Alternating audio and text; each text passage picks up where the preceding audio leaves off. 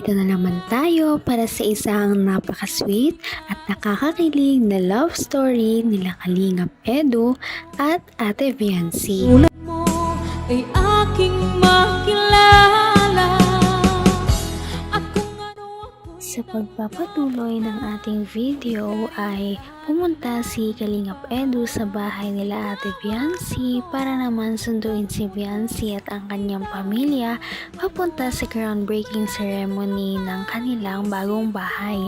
Pagkarating doon ni Kalingap Edu ay naghahanda pala ang kanilang buong pamilya kasama ang ibang kamag-anak para sa kanilang piyesta sa kanilang lugar. Kaya naman naghantay muna si Kalingap Edu at nakipag-usap kay Ate Viancy sa mga iba't ibang bagay habang inaantay na matapos sa paghahanda ang papa ni Ate Viancy at ang kanyang pamilya. Sa kanilang pag-uusap ay sinurprise ni Kalingap Edu si Ate Viancy ng isang bouquet ng bulaklak. Kaya naman natuwa si Ate Viancy at nag-usap muna sila bago umalis papuntang groundbreaking ceremony. 7 pa kata. Grabe. Parang hindi sigurado yung sagot mo ah. 6 pa lang yata. 6? Ano ko po? Oh, 6? Di ba 5 na nakaraan?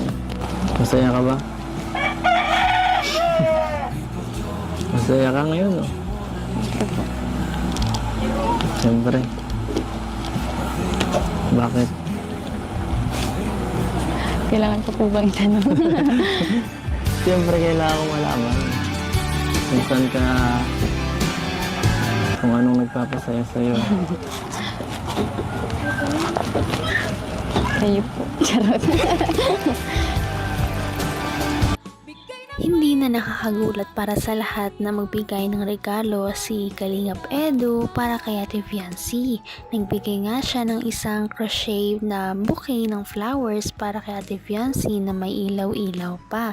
Kaya naman natuwa si Ate Viancy sa gift na ito.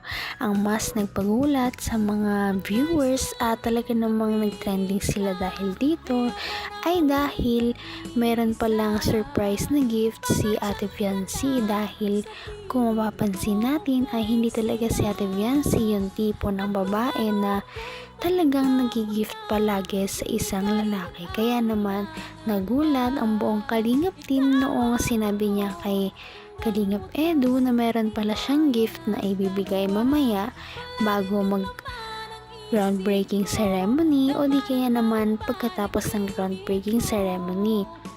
Kaya naman nag-usap at nag-asarat muna silang dalawa habang naghihintay. Masaya nga. Masaya pag naandito ako lagi. Pagkasama mo lagi. Tapos ano po, simula na po yung pabahan.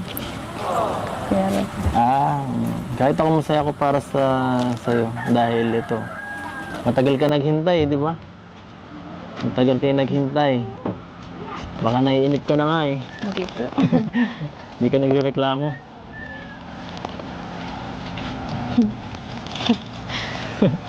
Kaya ba? Tsaka good news. Mas malapit ka na sa sundro. Mas malapit ka na sa bahay. Sa bahay ko. Mas di na mahihirapan masyado pag punta sa sentro. Saka mas madali ka lang ihatid. Layo kasi dito. May motor man na pong binigay si Kuya Bal. Kahit na. Hindi ko naman akalain na Halatang halata naman kay Ate Viancy na talagang excited na siya pumunta sa groundbreaking ceremony dahil napakatagal na talagang hinintay ng kanilang pamilya na makalipat na sa kanilang bagong bahay. Simula nga noong ipanganak si Ate Viancy ay dito na talaga sila narirahan kaya naman napakarami ng bagyo at unos na dumating sa kanilang pamilya at marami na ring masasakit na alaala ang dinadala ng kanilang bahay ngayon. Kaya naman hindi na talaga sila makapaghintay na pumunta sa groundbreaking ceremony para naman masimulan na nga ang bahay na kanilang pinapangarap. Ganun pa man ay masaya na rin talaga si Ate Fiancee dahil naman sa presensya ni Kalingap Edu noong araw na yon dahil ito ay ang araw din ng kanilang monthsary. Accident baga sa motor. Mag-iingat man po ako. Wala ka pang lisensya.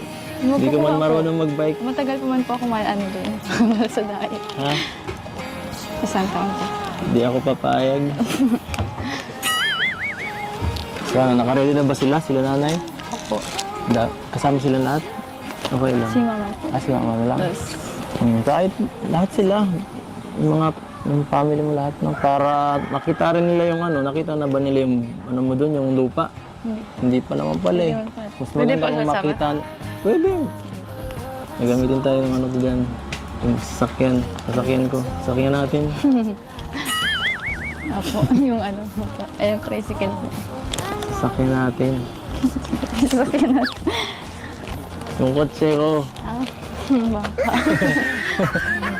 Halata din kay Kalingap Edu na talaga namang excited na siya sa paglipat nila Ate Fiancee dahil ang bagong bahay nila Ate Fiancee ay malapit na sa bahay nila Kalingap Edu kaya naman hindi na ganon masyado mahirap magbiyahe at matagal bago niya makita si Ate Fiancee. Magiging malaking tulong talaga ang bagong bahay nila Ate Fiancee para naman mas malapit sila sa isa't isa. At ganun pa man, mas malapit din talaga ang bagong bahay nila Ate Fiancee sa school niya. Kaya naman mas magiging madali ang kanilang pamumuhay kung makakalipat na talaga sila doon sa bago nilang tirahan. Kaya naman excited na talaga ang lahat. Masyado. Para sa birthday ko ata Para daw sa Ang laki naman po. Parang ang laki nga. Nag-17 pa lang po ata. Nagsa-17. Mahal-mahal ka ng pants mo eh. Kaya. Mahal-mahal ka kasi ng mga pants mo. Ito, ginintuan pa oh. Ay grabe oh. Hira po. Grabe, kasya ka pa dito? Ay, stretchable mo pala. Parang ang taas. Parang sa akin ito kasya. Sa inyo po kasi yan. Baka akala nila 6-footer ka. Ang taas talaga eh. Ang taas. Mataas siya guys. Parang madibo ka na. Kaya kaya po. Gusto mo 18 ka na sa birthday mo? Okay lang yan. Tapos, para din ako magparahalat. Kaya pala hindi sila makaalis dahil nga hinahantay ni Kalingap Edu at Fiancee ang papa ni Fiancee na matapos sa pagluluto at paghahanda. Kaya naman bago sila umalis ay binigay muna ni Kalingap Edu ang ilang mga package na galing sa mga supporters nila at sponsors. Nagulat sila noong tumambad ang mga malalaking gown at mga dress para kay Ate Fiancee. Ito pala ay para daw sa mga susuotin niya sa nalalapit na birthday ni Ate Fiancee. Ilang months na lamang daw ay magkakaroon na si Ate Fiancee ng 17th birthday party. Kaya naman ito ay pinadala sa kanya ng mga supporters para ito na rin ang kanyang susuotin sa kanyang party. Tagalan ako. Ito naman para sa bahay nyo. Mga kurtina yata ito. Ano? Thank you po sa nagbigay. Kurtina. Kaso di ko na baka kumalat po. Masyadong. Saan po galing yan? Di sinabi ni ate kagabi ni asawa ni Kuya Redzo yun eh. Thank you po. Nalimutan ko. Wala kasi nakalagay. Salamat po sa gown. Tapos dyan po sa kortina. Oo. Na nagbigay po. Ay, grabe. Suotin mo yan sa birthday mo ah. Grabe. Napakaganda mo siguro dyan pag sinuot mo yun. O bakit? Bagay naman ah. Mukhang bagay naman sa'yo yun ah. Ito. Kaya po kasi. Parang si Elsa dito. 17 pa lang naman po. Ha? Ayaw ko nga po mag-ano. Okay lang yan. Alam ko namang gusto mo eh. Celebrate. Alam ko namang gusto mo yun. Mahal na mahal talaga si Viancy ng kanyang mga supporters.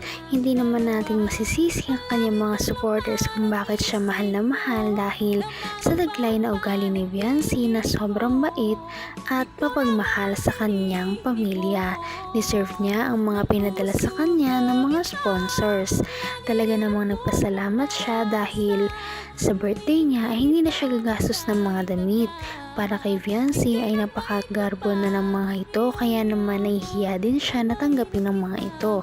Ngunit alam naman natin na si Viancy ay mapagpahalaga talaga sa mga bagay na binibigay ng mga sponsors kaya naman abangan natin ang pagsusuot ni Viancy ng mga gown na binigay sa kanya sa mga susunod pa nating mga video. Ngayon'y Kaya naman, sana ipatuloy natin silang suportahan at mahalin si Viancy, si Kalingap Edu at ang Kalingap team. Yun lamang at maraming salamat sa panonood. Abangan natin kung magkakatuluyan ba talaga si Kalingap Edu at Viancy. Hanggang sa muli. Bye! ngayon'y abot